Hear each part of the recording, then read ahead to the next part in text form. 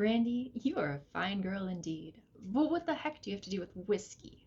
So, a fun fact, brandy, just like whiskey, is a broader term for a spirit category. You may have heard of a cognac finish, an Armagnac finish, Calvados. Heck, even sherry has brandy involved. So I thought it'd be fun to dive into the original spirit. It's kind of like getting to know the owner of the house that you purchased. You get to ask them questions like, why did you cover up the most beautiful hardwood floors I've ever seen with the most ugly ass carpeting? It just helps you get to the bottom of why some of your favorite whiskeys have these wonderful additional flavors. So let's get started with our first brandy. Now, I'm personally most familiar with cognac, and I thought you would be too. This cognac happens to be a Martell. The letters on the front, in this case VSOP, is really just the age statement. Starting off with the precocious 2-year-old, who is very special indeed, onto the VSOP, which is a 4-year, and then all the way up to an XO, which is a 10-year aged. So I would like to dispel one myth about cognac.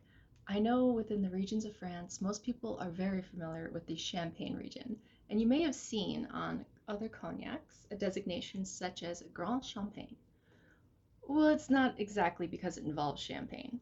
So I originally thought that that meant that champagne was what was used to make cognac. Turns out, within the Cognac region in France, there is a sub-region that contains a very similar soil type to that in the Champagne region. So if you ever see champagne on a cognac bottle or box, it just means that grapes were grown in the sub-region of cognac where the soil type is very similar to that of the Champagne region. So if you ever see Grand Champagne on your cognac, especially if it's XO, chef's kiss, that's a damn good bottle.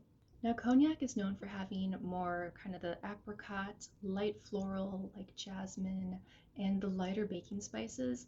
Like, not cinnamon's aggressive. This is more like a nice, gentle nutmeg. So, cognac has a wonderful, very fruity, light nose and palate. So, when you take a whiskey and finish it in a barrel that previously held cognac, you're going to be pulling out some more apricot, some more fun fruits. It's really going to impart a nice, sophisticated, extra elevated character to your whiskey. So if you really enjoy that extra like stone fruit, light baking spice notes, you would love a whiskey finished in cognac.